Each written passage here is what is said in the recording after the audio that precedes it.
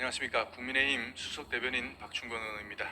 오늘 논평 3개를 준비했습니다. 우선 첫 번째 논평입니다. 정성호 장관은 새 술은 새 부대라며 사실상 사의를 밝혔습니다. 그런데 청와대는 곧바로 공식적으로 확인된 바 없다고 부인했습니다. 사법체계가 붕괴되고 있는 작금의 상황에서 청와대와 정 장관은 한가롭게 국민을 상대로 마피아 게임이라도 하고 있는 것입니까? 정 장관은 이재명 대통령과 사법연수원 동기이자 정치적 동반자인 변호사 출신 측근으로서 억울한 1%의 피해자가 없어야 한다면서 평소 정권 송치부활과 보안수사권 존치를 주장해 왔습니다. 광주 여고생 사건에서 검찰의 보안수사가 없었다면 성범죄 사례라는 진실은 영영 묻혔을 것이고 부산 돌려차기 사건 역시 마찬가지였을 것입니다. 그런 소신을 가진 장관이 정작 법안 통과를 코앞에 두고 던진 것은 거부권 건의가 아니라 사표였습니다. 사법 파괴를 막아내기는커녕 무책임한 사의로 책임을 회피하고 당으로 돌아가려는 태도는 주무부처 장관의 소임을 저버린 역대 최악의 직무유기입니다. 정 장관은 후보자 시절이던 지난해 근육질 몸매로 화제를 모을 만큼 건강을 과시했습니다. 그런 그가 취임 1년여 만에 수개월째 심각한 수면 장애를 이유로 그만두겠다고 한 것입니다. 사랑하는 자식을 잃은 슬픔과 고통 속에 매일 밤을 지새우고 있을 피해자 가족들 앞에서 감히 자신의 수면 장애를 사퇴 명분으로 내세울 염치가 있습니까?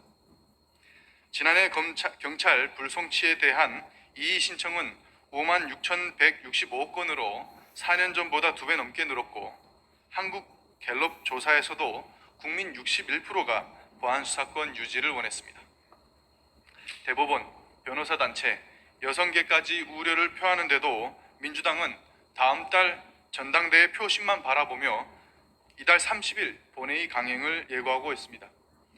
국민 안전을 당권 경쟁의 제물로 삼는 것과 무엇이 다릅니까? 정성호 장관은 꼼수 사퇴를 거두고 대통령에게 거부권 행사를 적극 건의해서 형사사법체계의 붕괴를 막아야 할 것입니다. 이재명 대통령 역시 침묵 뒤에 숨어 방관할 것이 아니라 직접 거부권을 행사해 헌법적 책무를 다해야 할 것입니다. 민주당 내부에서조차 보안수사권 폐지에 대한 우려가 큽니다. 무엇을 위해 이토록 서두르는지 국민은 이미 알고 있습니다. 민주당은 국민 기만을 멈추고 폭주를 즉각 중단하십시오.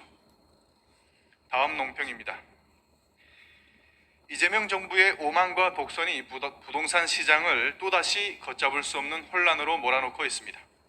다주택자에 대한 징벌적 세금 폭탄으로 국민에게 1주택 외에는 다른 선택지가 없도록 몰아세우더니 이제는 그마저도 문제라며 집 한 채 가진 국민에게 세금 부담을 더 씌우겠다고 합니다.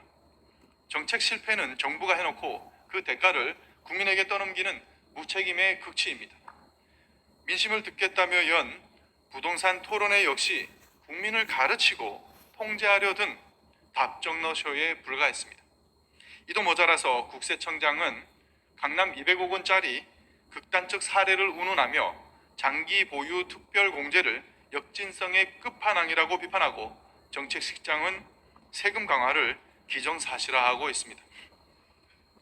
사지도 팔지도 살지도 못하게 국민의 발을 묶어놓은 채 세금만 뜯어내겠다는 오만한 선언입니다. 이 정권의 인사들의 내로남불 또한 차마 눈뜨고 보기 힘든 지경입니다. 구윤철 부총리와 이억원 금융위원장은 과거 실거주도 하지 않던 재건축 아파트를 끝까지 움켜쥐어 수십억 원대의 막대한 차익을 손에 거머쥐었습니다. 정작 자신들은 똘똘한 한 채의 단물을 끝까지 다 빨아먹어 놓고 정직하게 내 집 한 채 지킨 국민에게는 투기권 프레임을 씌우면서 세금을 더 뜯어내겠다고 협박합니다. 이것이 이재명 정부가 말하는 조세 정의입니까? 징벌적 세금으로 집값을 잡겠다는 집착은 시장을 망가뜨리고 정권을 무너뜨릴 뿐입니다. 이재명 정부가 가야 할 길은 1주택자 마녀 사냥이 아니라 실수요자 대출 완화와 도심 재개발 재건축을 통한 실질적 공급 확대입니다. 국민의 재산권을 인질 삼은 부동산 폭주를 당장 멈추지 않는다면 기다리는 것은 혹독한 민심의 심판뿐임을 엄중히 경고합니다. 마지막 논평입니다. 조정식 국회의장이 취임 기자간담회를 통해서 내년 개헌 추진과 의장 직속 자문위 출범을 공언했습니다.